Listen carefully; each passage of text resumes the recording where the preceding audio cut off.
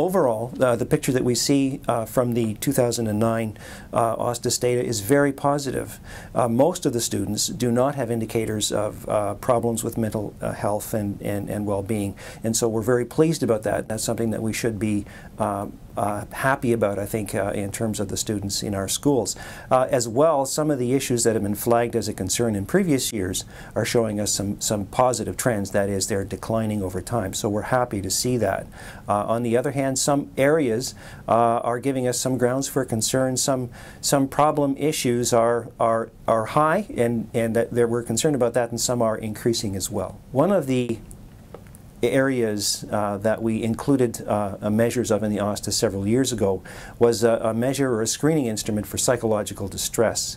And this reflects things like feelings of lots of anxiety, depression, sleeplessness, and so on. We see that about 30% of the students in the schools have levels of psychological distress that would perhaps be grounds for concern.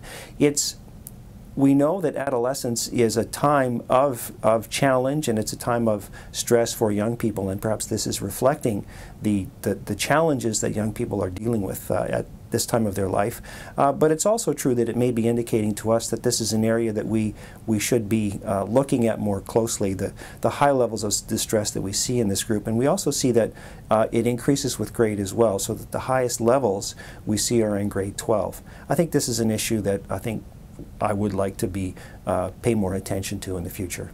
About 10% of students report spending more than 7 hours per day in front of a television or computer screen. We call this screen time. And this seems to be a fairly high proportion of students spending a lot of their time in front of computer screens or television screens.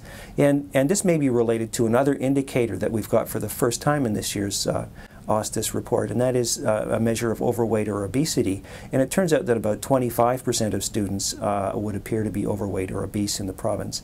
And these are relatively high levels. We look at gambling and video gaming in the Osduhs too. And we see that quite a high proportion of students, about 43%, report participating in one or more gambling activities in the past year. And these can include playing cards for money, buying lottery tickets, betting on sports games, and so on. And what we see is about 10% of the sample, the Osduhs sample, report video gaming in a way that seems to be creating problems for them. And this is a concern, because it could mean that these young people may be more likely to perhaps go on to gamble in the future and have gambling problems as well. So this is an area that we're watching closely. An important area that we monitor in the Osduhs is bullying. And what we find is that in 2009, about 30% of students reported having been bullied at some point in the past year at school. Another 25% reported that they bullied someone in the past year at school. These are high levels of bullying, and of course we're concerned about that, but there does seem to be some good news in the data. In grade 7 we see significant declines in bullying in recent years. So this is a very positive news for us, we believe. And it's also the case that it could be reflecting the societal efforts to address this problem. Bullying has been identified as a significant social issue and a social concern in our schools, and perhaps we're being successful in addressing it.